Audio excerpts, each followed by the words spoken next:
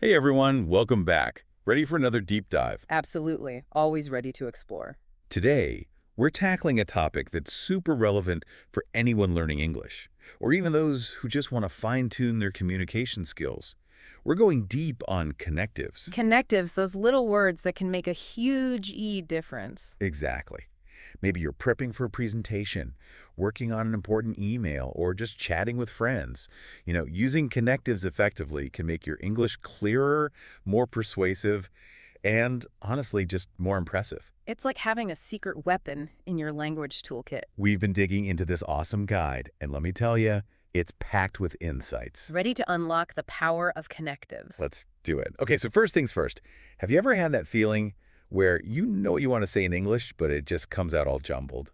Oh, I think we've all been there, right? Totally. Like you've got the pieces of the puzzle, but you're not quite sure how to fit them together. That's where connectives come in. They're like the glue that holds everything together, creating a smooth and logical flow between your ideas. It's like they're the missing links, right? Precisely. Okay, I'm loving this glue analogy.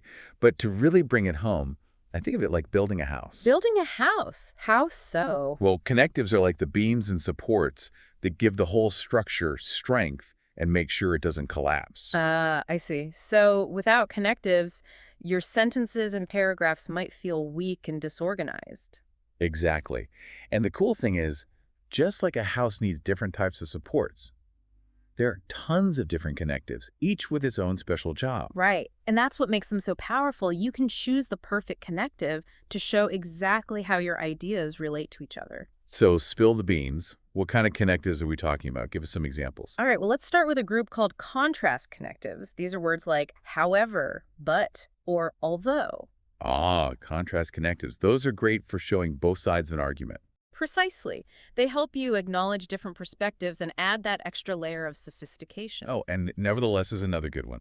It just sounds so elegant, like you're really weighing different options before coming to a conclusion. It definitely adds a touch of formality. Okay, so contrast connectives. Those are for showing different sides of an idea. What else? Well, then you have the cause and effect connectives. Ooh, cause and effect, like because or so. Exactly. These are essential for explaining why things happen, showing the logic behind your reasoning. Oh, and don't forget, therefore.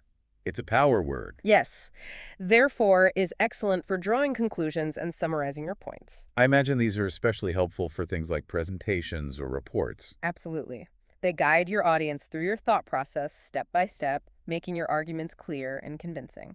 Okay, so we've got contrast connectives, we've got cause and effect connectives. What other types are there? Oh, we can't forget about addition connectives. These are words like and, moreover, or furthermore. Addition connectives, those are like the building blocks, Mhm. right?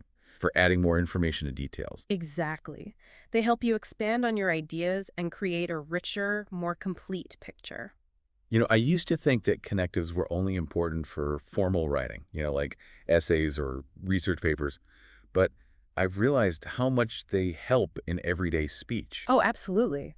Using connectives in your conversations makes you sound more articulate and confident. It's like you're leveling up your communication skills almost without even realizing it.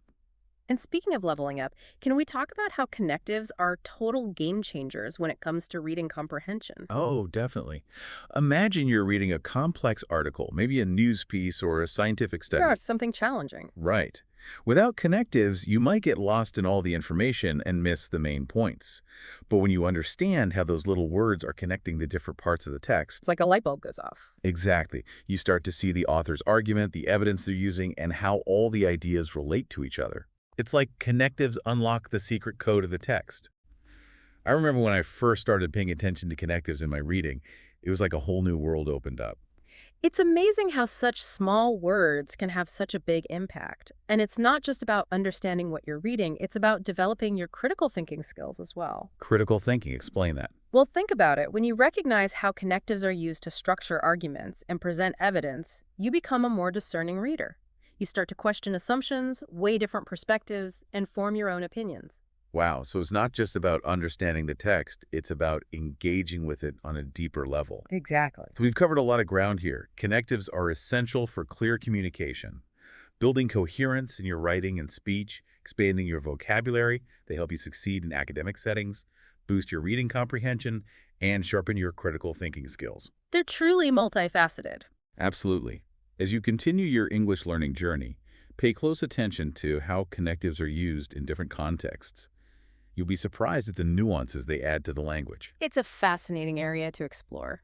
And to wrap things up, I have a challenge for all of you listening. Next time you're reading an article or having a conversation in English, see if you can identify the connectives being used. Try to figure out how they're shaping the meaning and flow of the communication. It's a great way to put your knowledge into practice and see how much you've already learned. Absolutely. That's all for our deep dive today. Until next time, happy learning. Keep exploring.